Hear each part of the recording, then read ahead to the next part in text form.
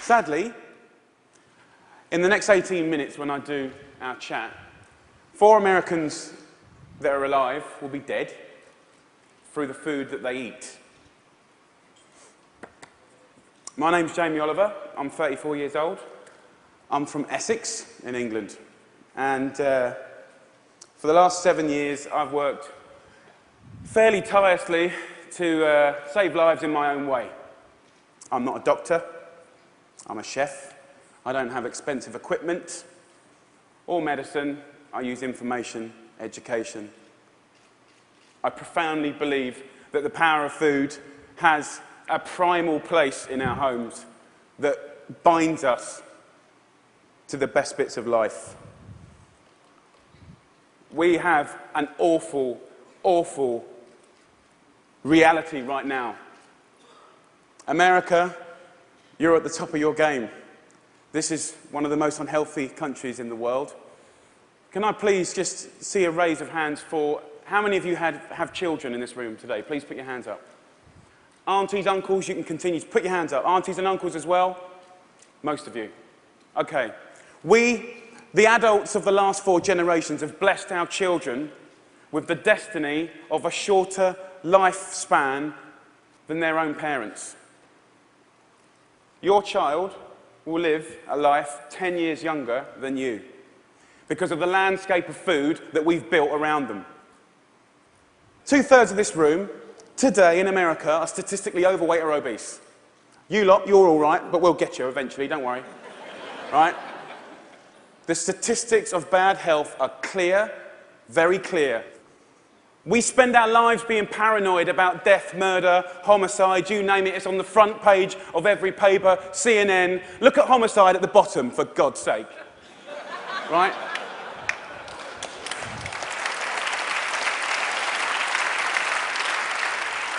Every single one of those ones in the red is a diet-related disease. Any doctor, any specialist will tell you that. Fact.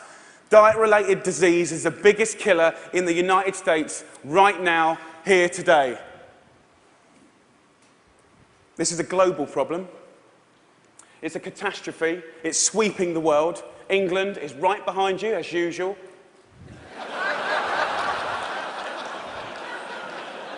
I know they were close, but not that close.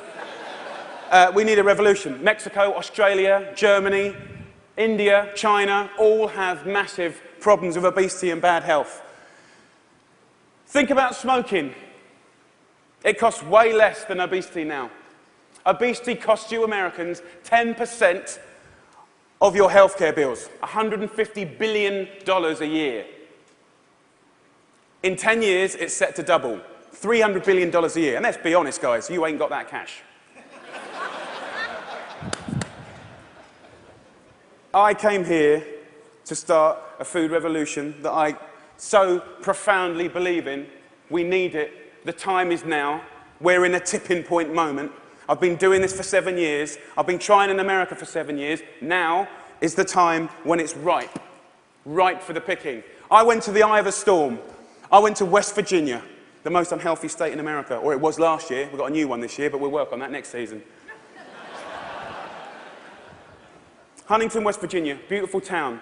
I wanted to put heart and soul and people, your public, around the statistics that we've become so used to. I want to introduce you to some of the people that I care about, your public, your children. I want to show a picture of my friend Brittany. She's 16 years old. She's got 6 years to live because of the food that she's eaten. She's the 3rd generation of Americans that hasn't grown up in a food environment where they've been taught to cook at home or in school, or her mum, or her mum's mum. She has 6 years to live. She's eating her liver to death. Stacey, the Edwards family. This is a normal family, guys. Stacey does her best, but she's 3rd generation as well. She was never taught to cook at home or at school. The family's obese. Justin here, 12 years old, he's 350 pounds. He gets bullied, for God's sake. The daughter there, Katie, she's 4 years old. She's obese before she even gets to primary school. Marissa, she's all right. She's one of your lot. But you know what? Her father, who was obese, died in her arms. And then the second most important man in her life, her uncle, died of obesity. And now her stepdad is obese. You see, the thing is, obesity and diet-related disease doesn't just hurt the people that have it, it's all of their friends, families, brothers, sisters. Pastor Steve, an inspirational man, one of my early allies in Huntington, West Virginia. He's at the sharp knife edge of this problem. He has to bury the people, okay? And he's fed up with it. He's fed up with burying his friends, his family, his community. Come winter, 3 times as many people die. He's sick of it. This is preventable disease, waste of life. By the way, this is what they get buried in. We're not geared up to do this. Can't even get them out the door, and I'm being serious. Can't even get them there, forklift.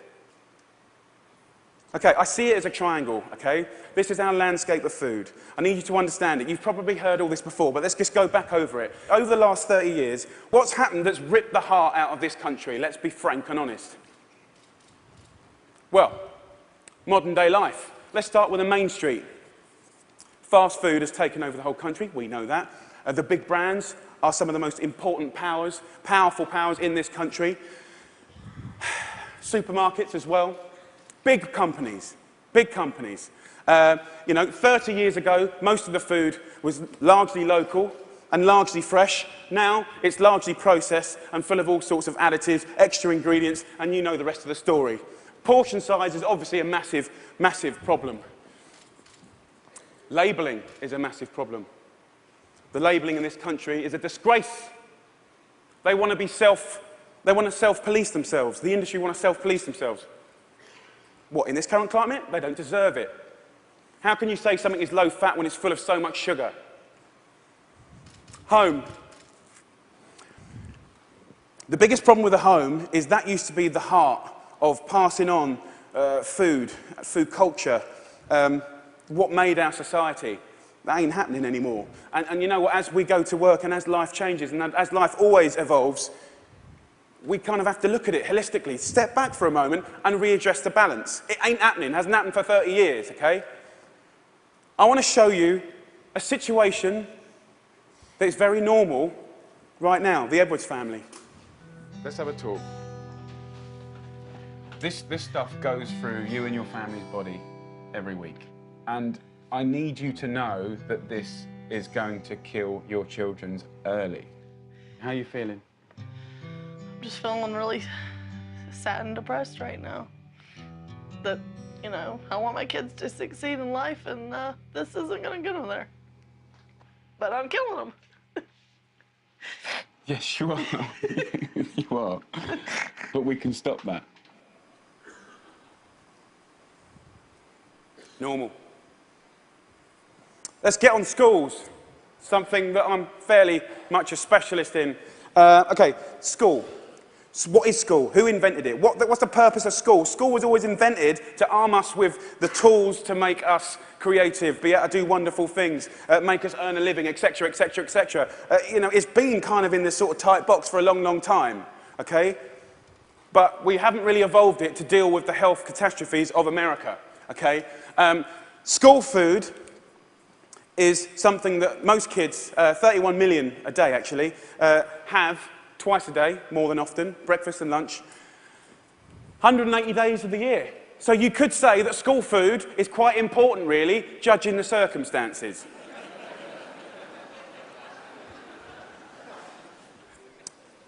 Before I crack into my rant, which I'm sure you're waiting for,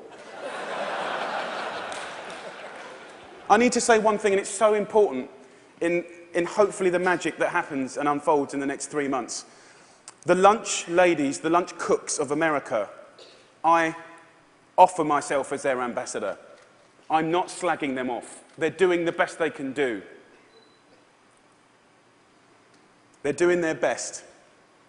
But they're doing what they're told, and what they're being told to do is wrong.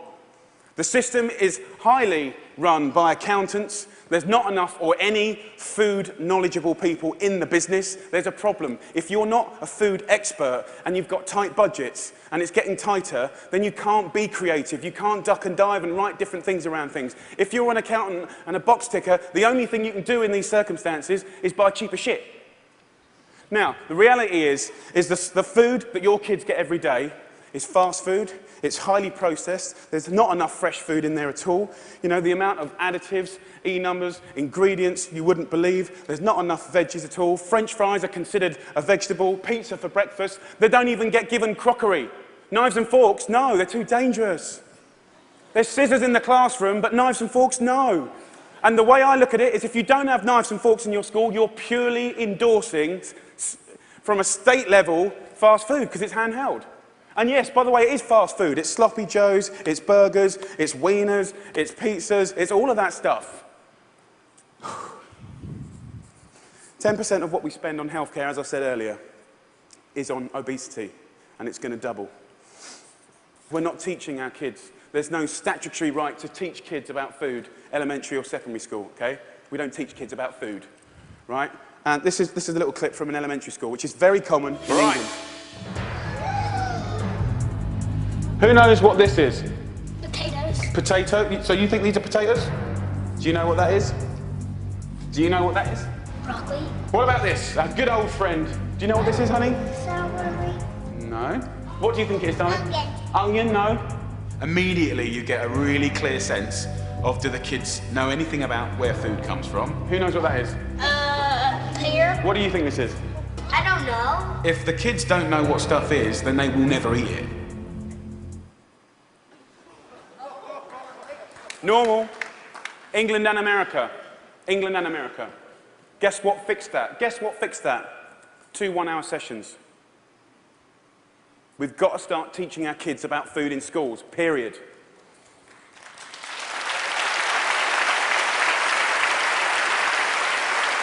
I want to tell you about something that kind of epitomizes the trouble that we're in, guys, okay? I want to talk about something so basic as milk.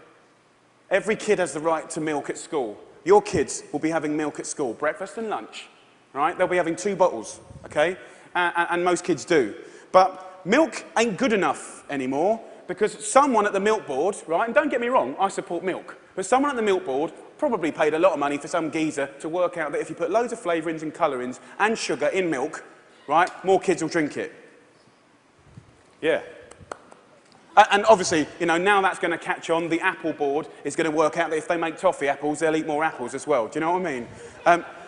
For me, there ain't no need to flavour the milk, okay? There's sugar in everything. I know the ins and outs of those ingredients. It's in everything. Even the milk hasn't escaped the kind of modern day problems. There's our milk, there's our carton. In that is nearly as much sugar as one of your favourite cans of fizzy pop, and they're having 2 a day. So, let me just show you. We've got one kid here having, you know, 8 tablespoons of sugar a day, you know. There's your week.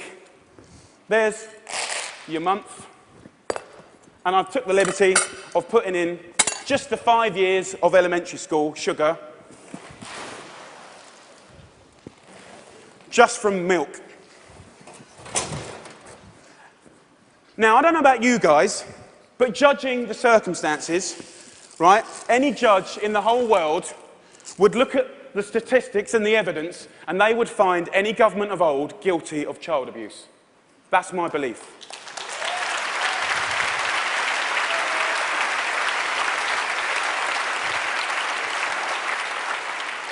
Now, if I came up here, and I wish I could come up here today, and hang a cure for AIDS or cancer, you'd be fighting and scrambling to get to me. All this bad news is preventable. That's the good news. It's very, very preventable. So let's just think about, we've got a problem here, we need to reboot. Okay, so in my world, what do we need to do? Here's the thing, right? It cannot just come from one source. To reboot and make real, tangible change, so that I can look you in the white of the eyes and say, in 10 years' time, the history of your children's lives, happiness And let's not forget, you're clever if you eat well, you know, you're going to live longer, all of that stuff. It will look different, okay? So, supermarkets. Where else do you shop so religiously? Week in, week out. How much money do you spend in your life in a supermarket? Love them. They just sell us what we want, all right. They owe us to put a food ambassador in every major supermarket. They need to help us shop. They need to show us how to cook quick, tasty, seasonal meals for people that are busy. This is not expensive. It is done in some, and it needs to be done across the board in America soon and quick. The big brands, you know, the food brands, need to put food education at the heart of their businesses. I know, easier said than done. It's the future. It's the only way. Fast food. With the fast food industry, you know, it's very competitive. I've had loads of secret papers and dealings with fast food restaurants. I know how they do it. I mean, basically, they've weaned us on to these hits of sugar, salt, and fat, and X, Y, and Z, and everyone loves them, right? So these guys are going to be part of the solution, but we need to get the government to work with all of the fast food purveyors and the restaurant industry, and over a 5, 6, 7-year period, wean us off the extreme amounts of fat, sugar, fat, and all the other non-food ingredients. Now, also, back to the sort of big brands, labelling, I said earlier, is an absolute farce and has got to be sorted. Okay, school. Obviously, in schools, we owe it to them to make sure those 180 days of the year, from that little precious age of 4 to 18, 20, 24, whatever, they need to be cooked proper, fresh food from local girls on site, okay? There needs to be a new standard of fresh, proper food for your children. Yeah?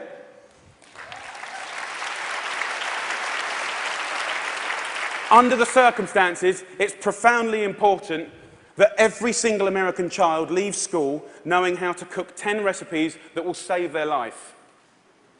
Life skills.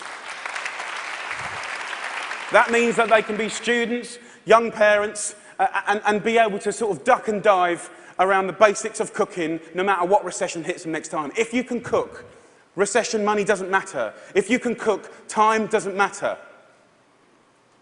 The workplace, we haven't really talked about it. You know, it's now time for corporate responsibility to really look at what they feed or make available to their staff. The staff are the mums and dads of America's children. Marissa, her father died in her hand. I think she'd be quite happy if corporate America could start feeding their staff properly. Definitely, they shouldn't be left out. Let's go back to the home. Now, look, if we do all this stuff, and we can, it's so achievable. You can care and be commercial, absolutely. But the home needs to start passing on cooking again, for sure. For sure. Pass it on is a philosophy. And for me, it's quite romantic, but it's about if one person teaches 3 people how to cook something, you know, and they teach 3 of their mates, that only has to repeat itself 25 times, and that's the whole population of America. Romantic, yes, but most importantly, it's about trying to get people to realise that every one of your individual efforts makes a difference. We've got to put back what's been lost. Huntington Kitchen. Huntington, where I made this programme, you know, we've got this primetime programme that hopefully will inspire people to really get on this change. I truly believe that change will happen. Huntington Kitchen, I work with a community. I worked in the schools. I found local sustainable funding to get every single school in the area from the junk onto the fresh food. $6.5 grand per school. That's all it takes, $6.5 grand per school. The kitchen is 25 grand a month, okay? This can do 5,000 people a year, which is 10% of their population, and it's people on people. You know, it's local cooks teaching local people. It's free cooking lessons, guys. Free cooking lessons in the main street. This is real tangible change. Real tangible change. Around America, if we just look back now, there's plenty of wonderful things going on. There's plenty of beautiful things going on. There are angels around America doing great things in schools, farm-to-school setups, garden setups, education. There are amazing people doing this already. The problem is they all want to roll out what they're doing to the next school and the next, but there's no cash. We need to recognize the experts and the angels quickly, identify them, and allow them to easily find the resource to keep rolling out what they're already doing and doing well. Businesses of America need to support Mrs. Obama to do the things that she wants to do.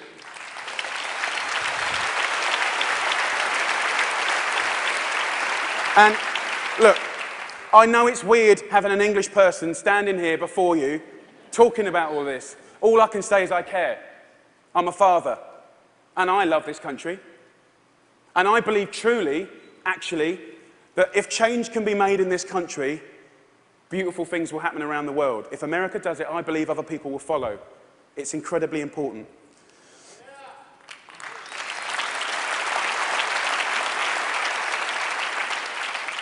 When I was in Huntington, trying to get a few things to work when they weren't, I thought, if I had a magic wand,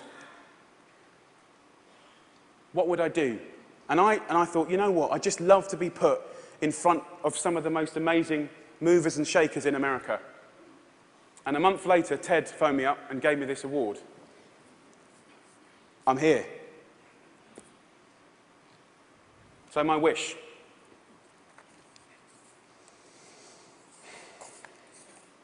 Dyslexic, so I'm a bit slow.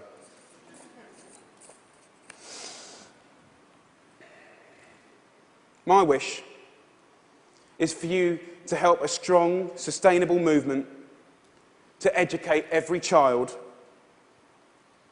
about food, to inspire families to cook again, and to empower people everywhere to fight obesity.